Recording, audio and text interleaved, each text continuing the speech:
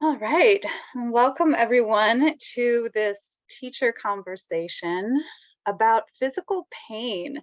So we have three teachers from within meditation who are going to talk about this topic. What is physical pain and how can we navigate it with the help of mindfulness?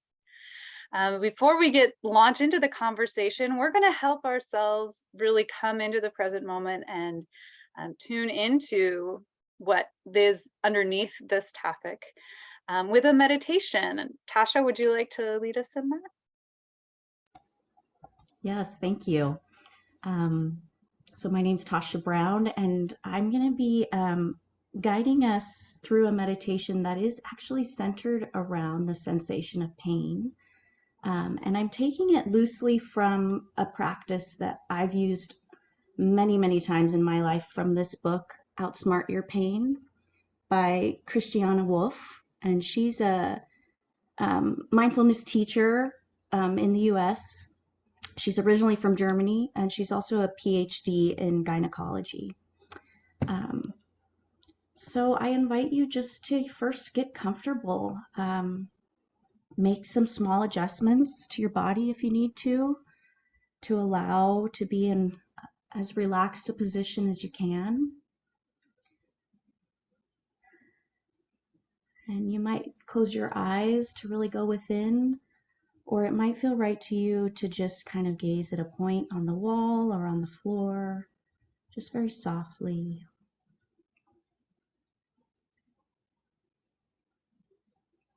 And if you're in a seated position, feel your feet on the floor and simply feel the ground under your feet.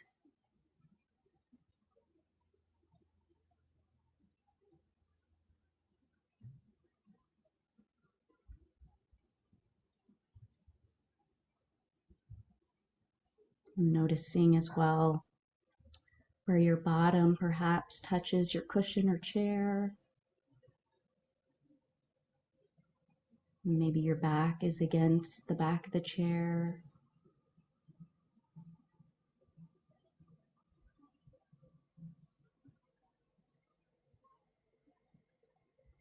And bringing the attention now to following the rhythm of your breath.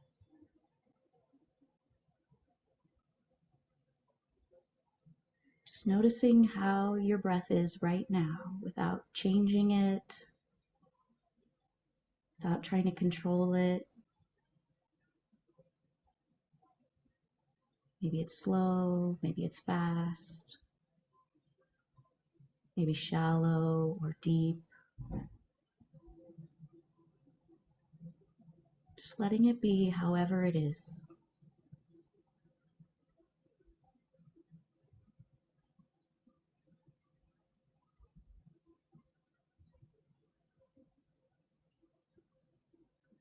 And letting the breath now fall to the background,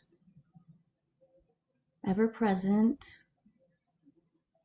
Bringing your presence and your attention now to any unpleasant or painful sensation that's in your body right now. Perhaps scanning from the top of your head, slowly down to your feet.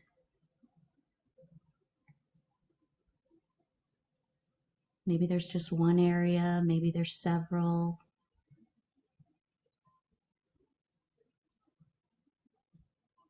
And choosing just one area that's not too overwhelming,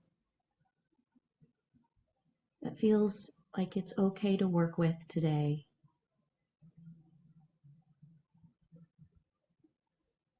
And offering it a kind attention.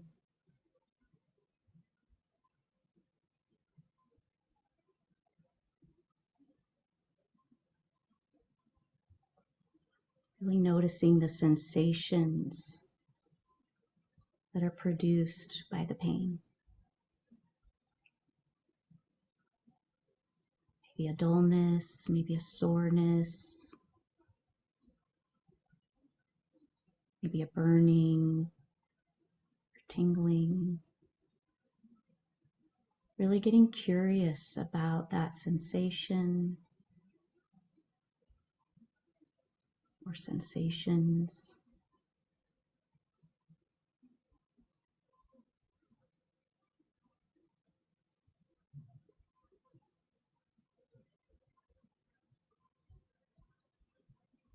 And it can be helpful to imagine holding the pain with the breath, noticing the pain with the breath, breathing into the area of the pain or around it perhaps,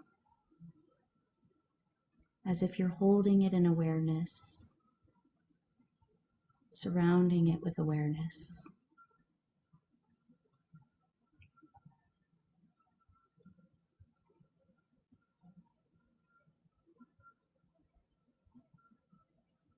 Noticing too if there's any inner commentary like, I'm in pain, or I hate this pain, or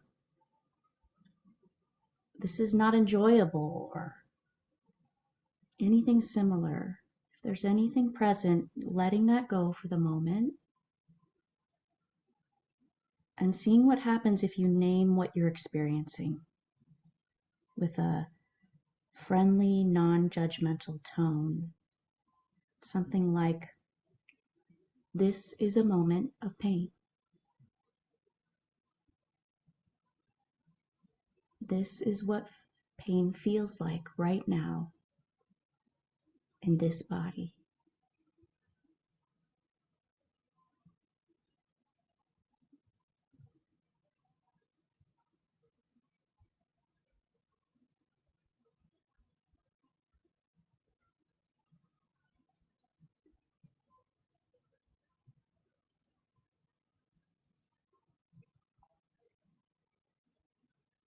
And rounding out our meditation now, maybe 1 or 2 deep breaths at your own pace.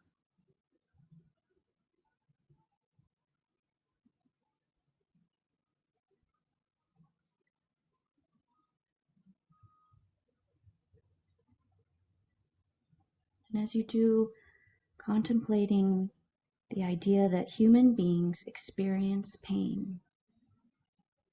All human beings experience pain. And many people experience exactly the kind of pain that you experienced in or are still experiencing in this moment.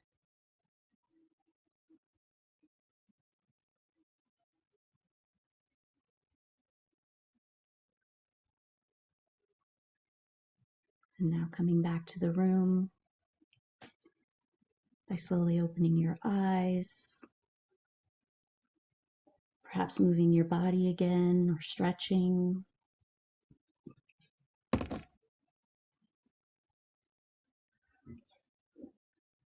And coming back together.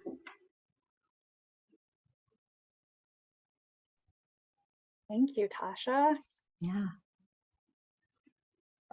To begin our conversation, I would just love for each of you 3 teachers who are here today to take a few minutes to introduce yourself, whatever you would like to share about who you are and your meditation teaching and practice, whatever feels relevant today. Love to hear it. How about we start with you, Tasha, since you just led that for us. Sure. Thank you, Hannah. First, I'd just like to say I'm really honored and happy to be here with all your beautiful faces and really looking forward to this conversation about physical pain as it directly relates to my life and also to my meditation practice. In 2013, I had a pretty serious back injury, carrying my beautifully large 9-month-old who was 30 pounds, which most infants that age are about 20 pounds. So that shows how large he was. And at that time, children aren't usually walking. And so I carried him a lot, picked him up the wrong way too many times, and I really hurt my back. And I had about a year and a half where I was pretty severely disabled. couldn't take care of my children, couldn't wash dishes, couldn't cook, clean, um, did a lot of intense physical therapy. And that is what brought me to my meditation practice, was that injury. Because along with the physical pain came a lot of mental pain. And I developed a lot of anxiety around health issues and the pain I was having. And I had a wonderful therapist who was helping me through a lot of that, suggest that I start meditating. So I started with the Calm app, got really excited about what I was learning there. But those are pretty short meditations without teachers who you can talk to. So I quickly realized I needed something more, and I took the Power of Awareness course from Jack Kornfield and Tara Brach. And fast forward many years, I decided to take their mindfulness meditation teacher certification program to deepen my practice even more. And yeah, and so here I am today. So pain, as much as it has been unpleasant in my life in a lot of ways, it has also been why I have taken this journey into meditation, and I've learned so much about myself and about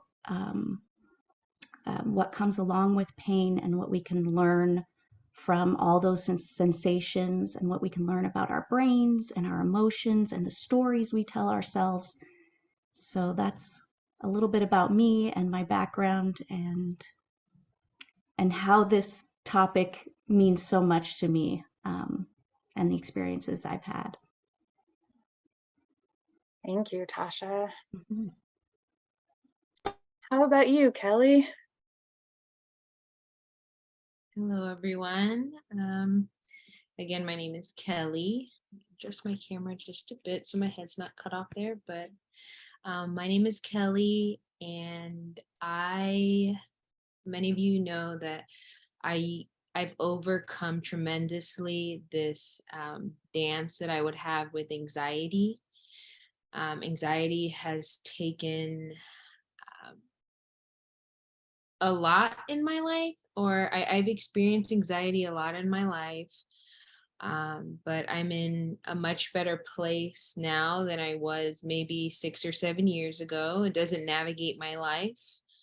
Um, and when I would become anxious, I was always anticipating what would happen next, even though I didn't know what would happen next, or I would assume what was going to happen next when I had no idea what was going to happen next. And with that amount of stress that I would put on myself, I would have a lot of pain in my chest, like chest pains. Like it would feel, my chest was very weighed down, and I would have a lot of lower back pain.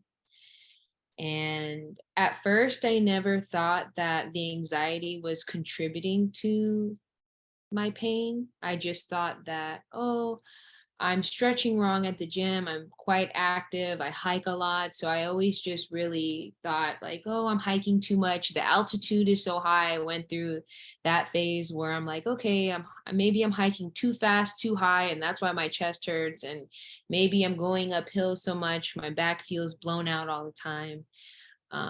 But then when I started to meditate, I know I've mentioned before, I started my practice with Dr. Joe Dispenza, and that's how I ventured into this world.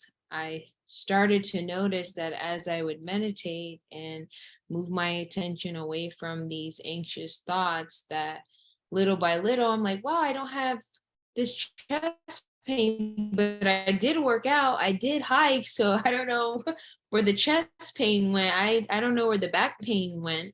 And then I started, doing more research. I think when I first started my meditation practice, I was doing the practice. I wasn't really researching and learning and educating myself about the full realm of meditation and mindfulness and what it can offer.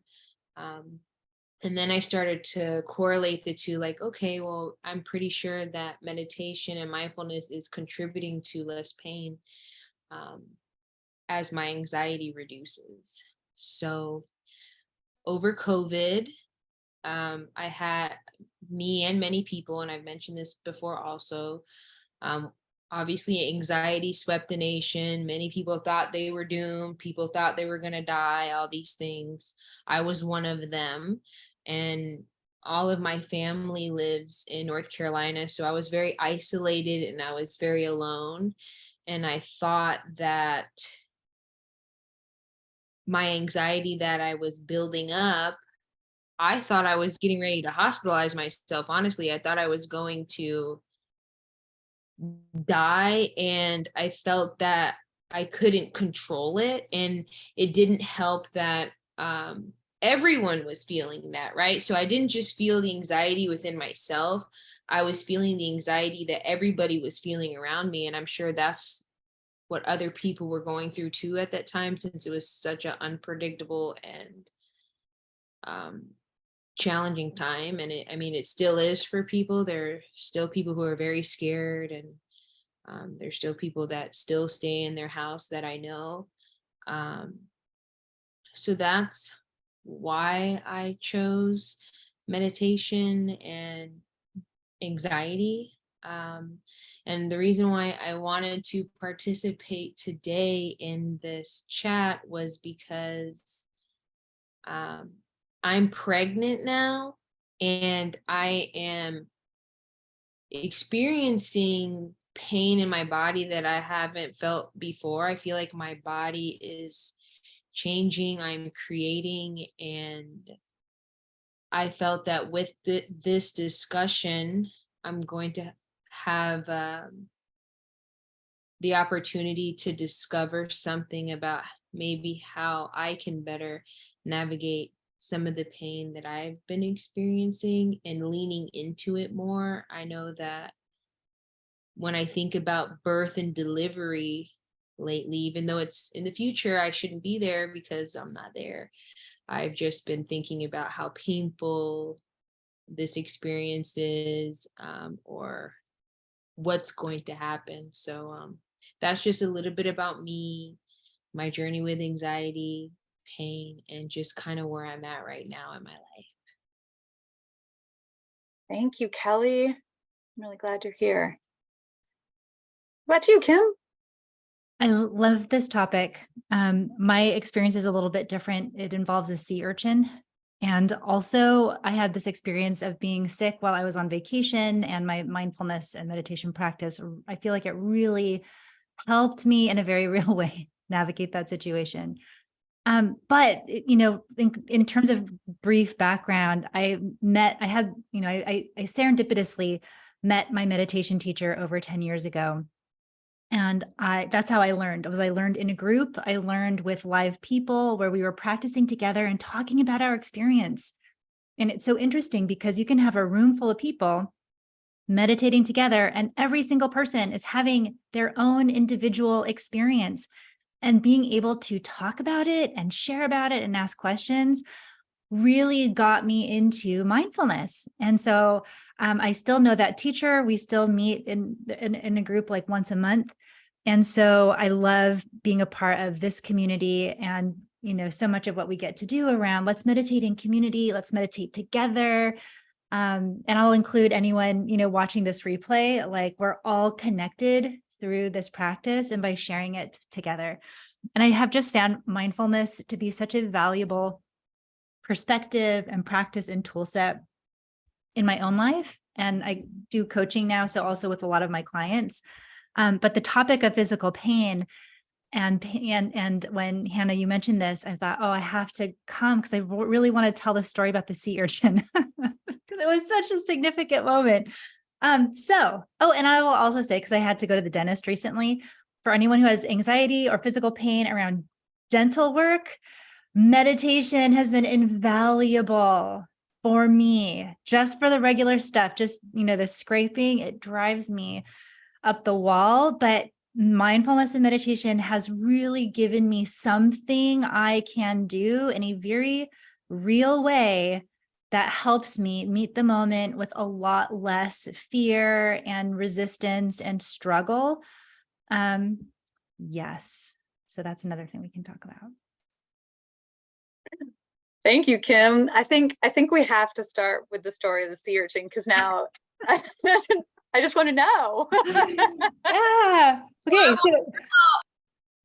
Right. So if you did not grow up watching nature shows, a sea urchin is this little creature that lives in the ocean, and it's covered with spines.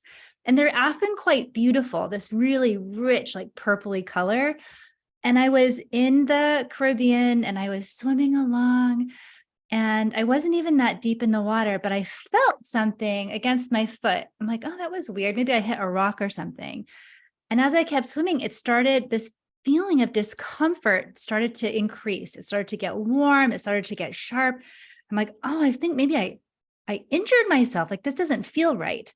So I come out of the water and I'm kind of hobbling to get to the place where I can sit down. And this pain in my foot is intensifying and I'm freaking out a little bit. And so I turn and I look and I can see in my foot these little like dark, like almost like a series of little splinters. And I realized, oh, I think what had happened is there must have been a sea urchin, and I brushed my foot against it, and the top of the spines, they're like almost like little ceramic pieces. They break off and they're now like in your foot. And I sat there and I was there with a friend, but the pain started to intensify. And meanwhile, we're Googling, like, what do you do when you step on a sea urchin? Is there anything that can be done? And basically, there's nothing you can do. You can't really remove the bits, like they're really, really small. There are different things people say that you can do to like reduce the pain, but pretty much you're just in this experience until your body like rejects it, dissolves it, whatever. And it was this moment of feeling like, I want to get out of this. I want to get away from this. How do I make it stop? Right? That scramble of like, this is bad. How do I get rid of it? And we're at the beach in the Caribbean and there's like nothing there, nothing available. And I just was thinking like, what would I tell one of my students, or what would I tell like a client in this kind of situation? And it's like, Kim, you're a meditation teacher. You know about mindfulness. How can you use this here? And so I thought, okay, first thing we need to do is we need to relax our body. We need to physically relax because the pain makes you really tense. Physically relax your body. Okay, bring your breath. What's your breath doing? When I was in that state of like the fear, the pain, the fight, flight gets activated, my breath gets really shallow, really fast. We're going to calm the breath.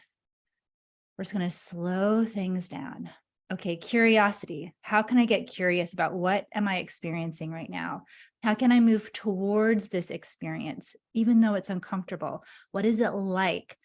Oh, it feels like this. Is it growing or is it staying in one place? Oh, it kind of throbs a little. Okay, like what color is this feeling? If it was a color, like, can I get close to it and describe it and just soften in the presence of the experience that I am in? And it was so interesting because I started to feel more calm and I started to just kind of reckon with the reality of, yeah, similar to Tasha, what you were saying. It's like, oh, this is what pain is like. This is what it's like when you meet a sea urchin and you haven't, expected to. And then it also got me to this place where I could feel a little compassion for the urchin.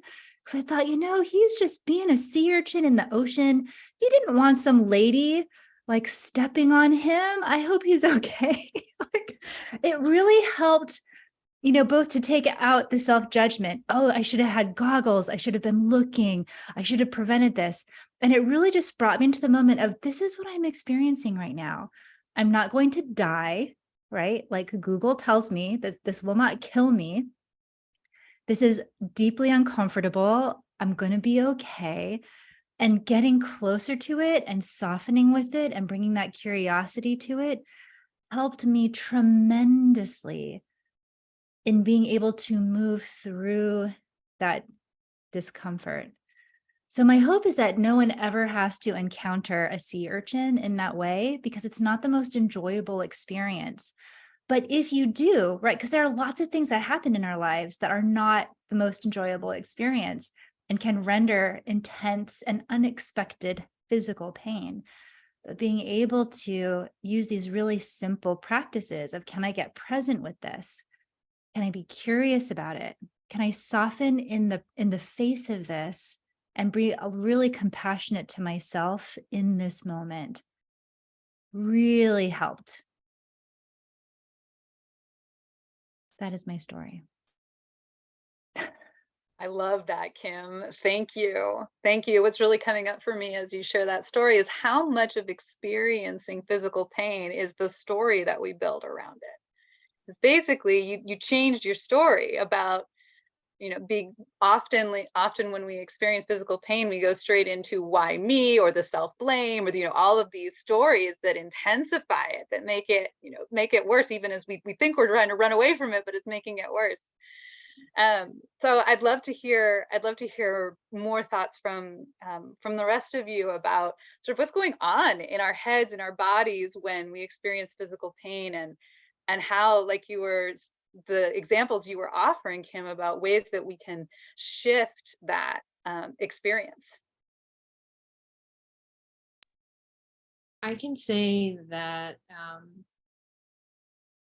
I can relate to Kim when she's saying, when you can start getting curious about the pain instead of trying to paint all these stories or have all this, like, why me? Like, my back hurts or my chest hurts or whatever. I feel that when I can lean into the pain and get curious and stop resisting it, because I feel that sometimes when I have felt pain, I want to resist it. I get maybe frustrated, like, ugh.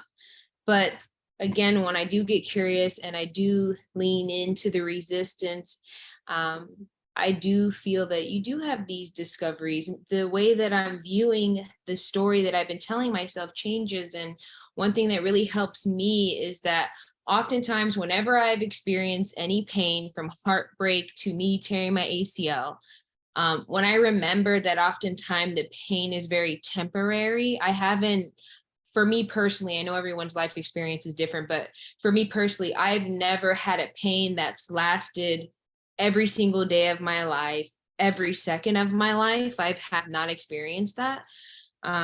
Thank God. And that's something else that I try to remind myself. During my pregnancy, I've been having a lot of heartburn and acid reflux, even when I feel that I'm not eating acid reflux causing foods.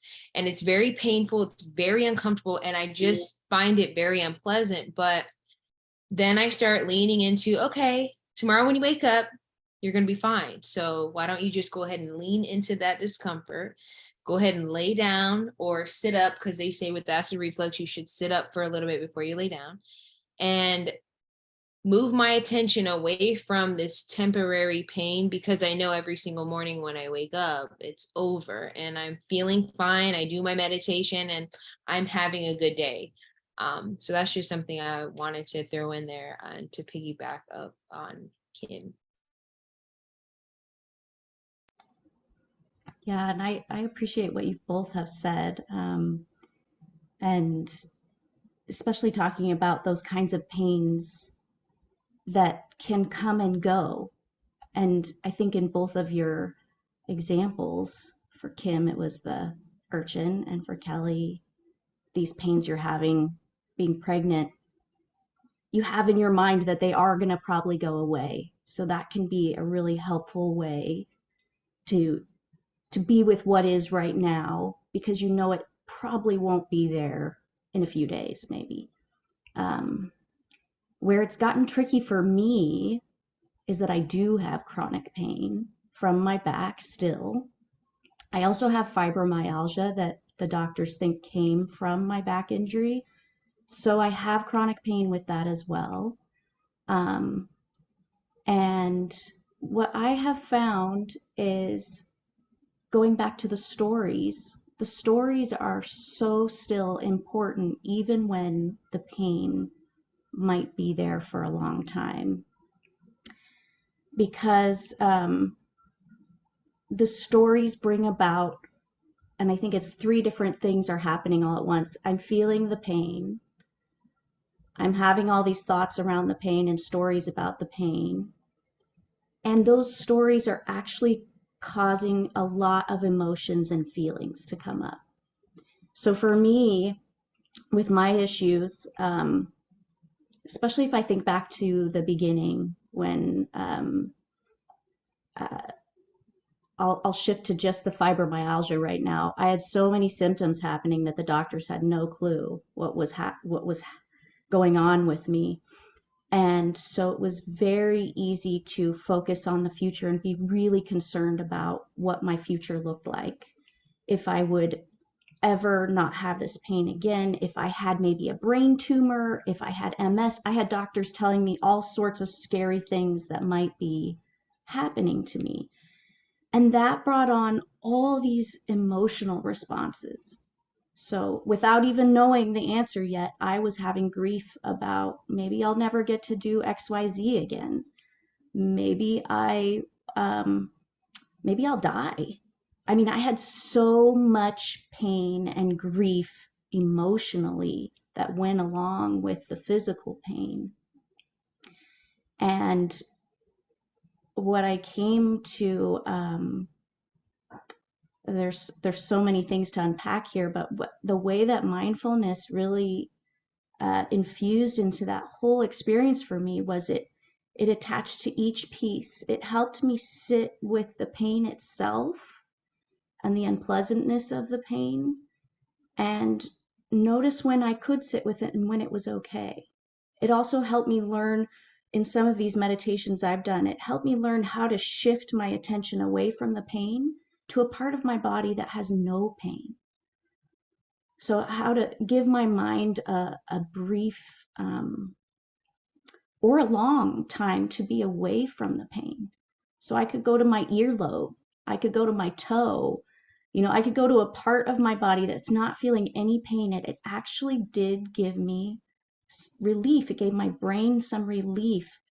And the more I practiced that, the more I could do it, the more I could go away from all that pain I was feeling in my fibromyalgia usually shows up here in my neck and my shoulders, and it's a immune issue. So we have nociceptors in our skin, in our organs, in our bones and joints that tell us there's pain. So it's actually another sense. It's not like the sense of touch, which I think is cool. We have more than 5 senses. We actually have way more than senses than we know about. But anyways, in fibromyalgia, your brain misunderstands the nociceptors. So it's much more sensitive to just even normal signals. And it makes the brain thinks there's pain. So I feel pain that is very real for me.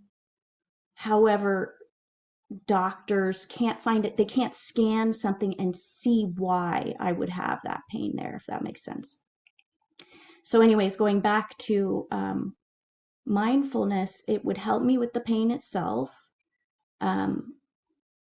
getting more comfortable with being with it, like, making that jar of holding the pain bigger and bigger. So the pain is this and the pain stays that size, but my jar gets bigger to hold it.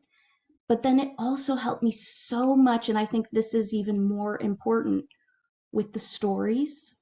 So even just being aware of the stories. So there's so many great meditations on becoming aware of your thoughts.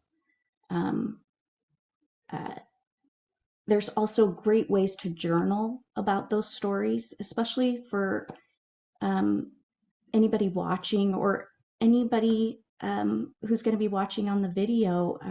If you have chronic pain now, or if we're all lucky enough to become old, which might most likely we will have chronic pain when we're old, journaling about your stories around pain is a really helpful way to become aware of what they are. So that's a mindfulness technique, I think journaling is, that I've used a lot to become aware of my stories. And then the biggest one of all for me is the emotional piece. There's so many emotions that come up around the pain and around the stories. And mindfulness, and in particular, rain meditation, has helped me immensely to work through those emotions and sit with them and be kind to myself about them, and to learn how to show myself compassion. It's something that can be learned. I didn't know how to show myself compassion before I started meditating, and it is just as healing as getting compassion from someone else. And yeah, so I feel like meditation touches all those pieces that come along with the pain itself, the story, and the emotional response to the story and to the pain. Yeah, so I guess I'll leave it there for now and see what else the other teachers want to chime in about. I love that. And like big warm yeses to all of those things. And it's interesting because also, like, I think maybe two things I want to chime off of. One is that it's so interesting as we practice and begin to notice the stories more, right? Like begin to notice the stories we tell about who we are, the stories we tell about our past and what it means about what our future and what it means, the stories we tell about other people. Because once you can start to see it, then you have the ability to start to get curious about it and maybe to start questioning it, and maybe to start like letting it go, choosing another one. It really creates so much more space. And for me, the experience too of feeling so much more agency and feeling more in control, especially when things feel like they're not in my control. And I know that,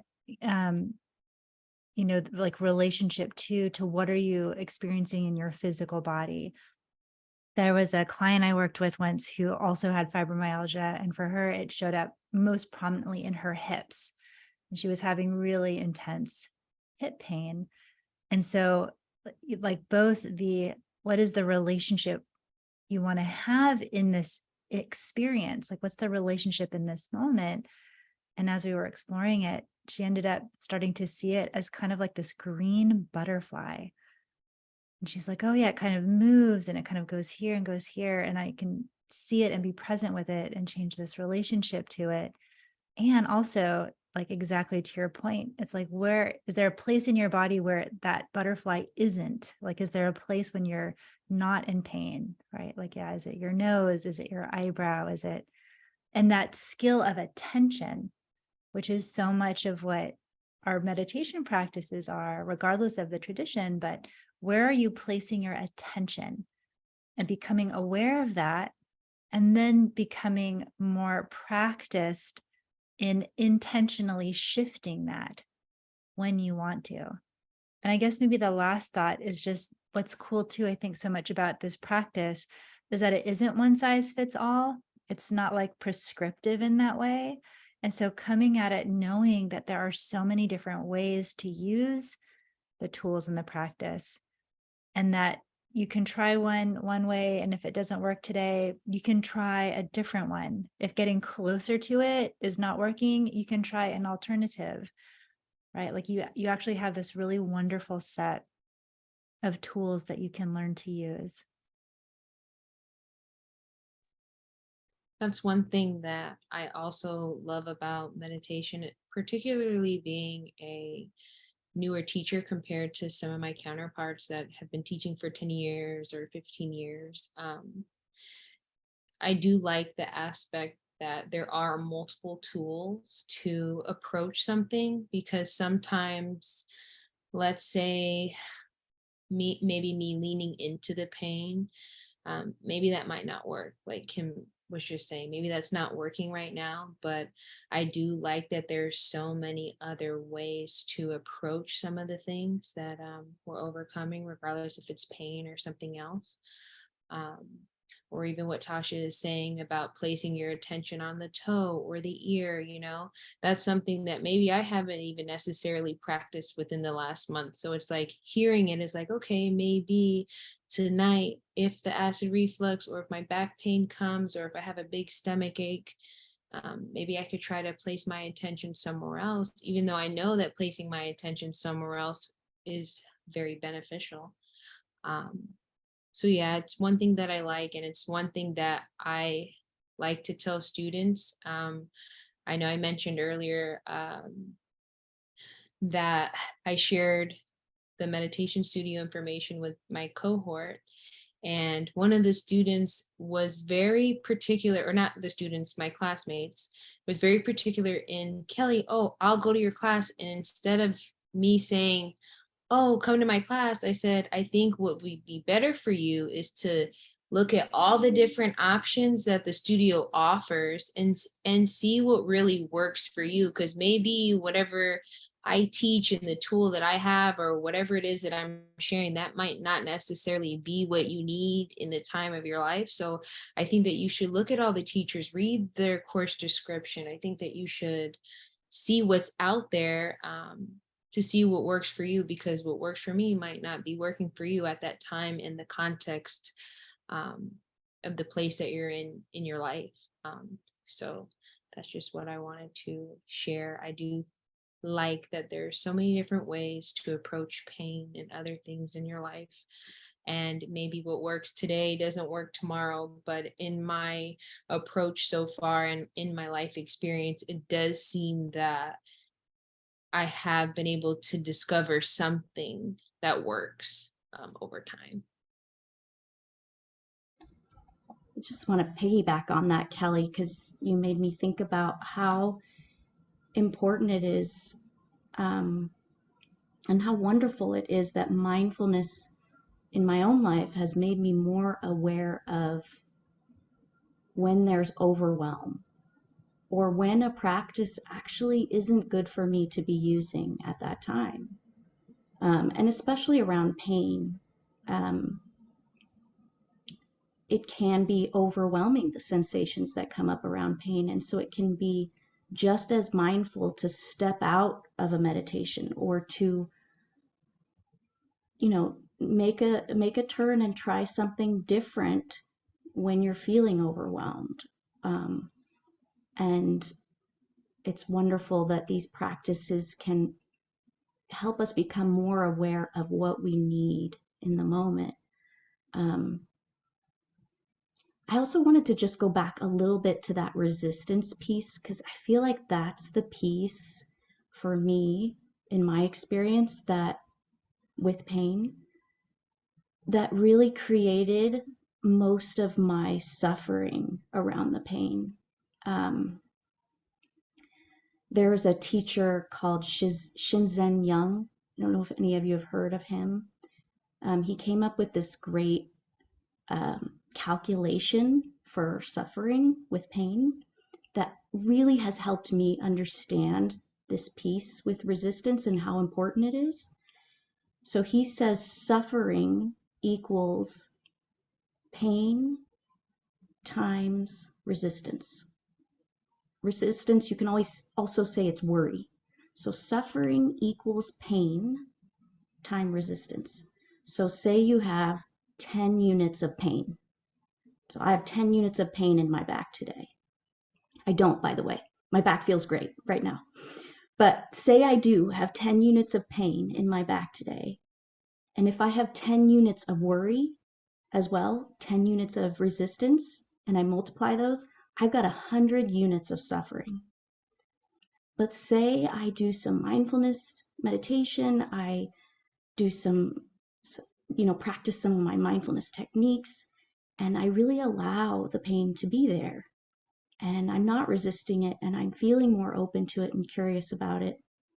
Then say I've got 10 units of pain, but only 1 unit of resistance. And all of a sudden, now I only have 10 units of suffering. And then he goes on to say, what happens if you have 10 units of suffering and 0 resistance? 10 times 0 is 0 suffering.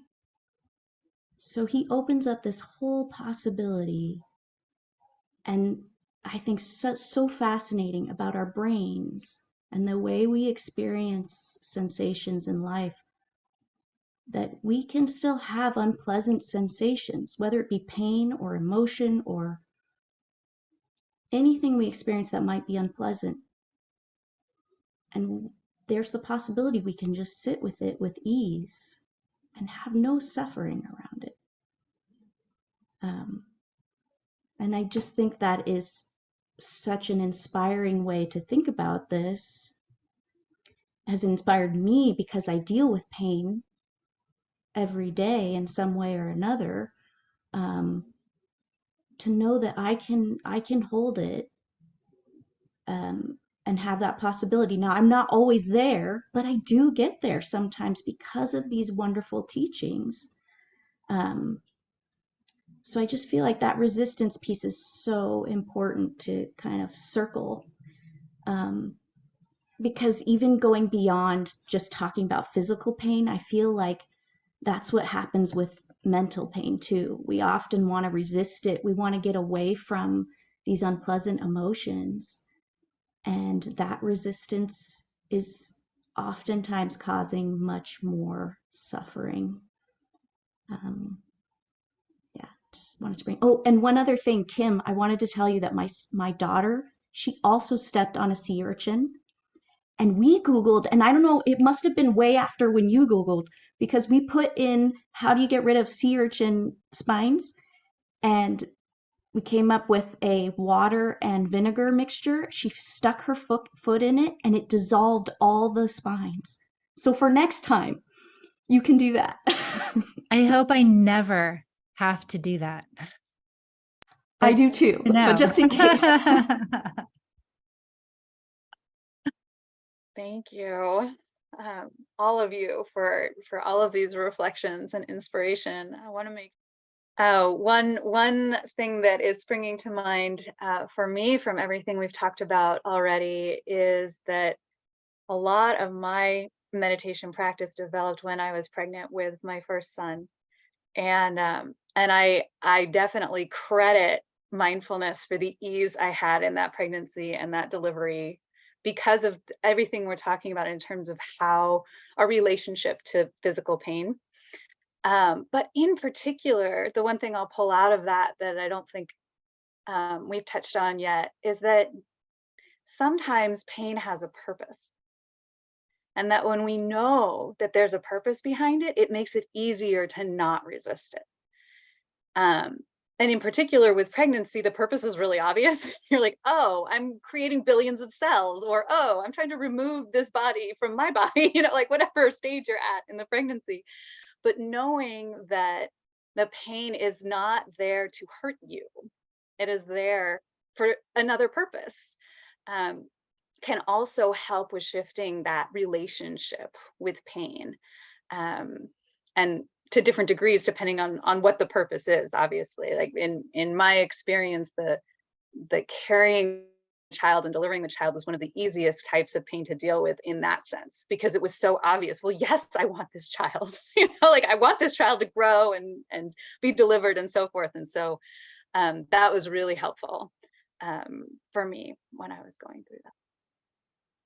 As we come down to the last few minutes of our conversation, I wanted to ask each of you if there's anything else, maybe one last thing that you wanted to share or that's come forward for you in this conversation that you haven't said yet.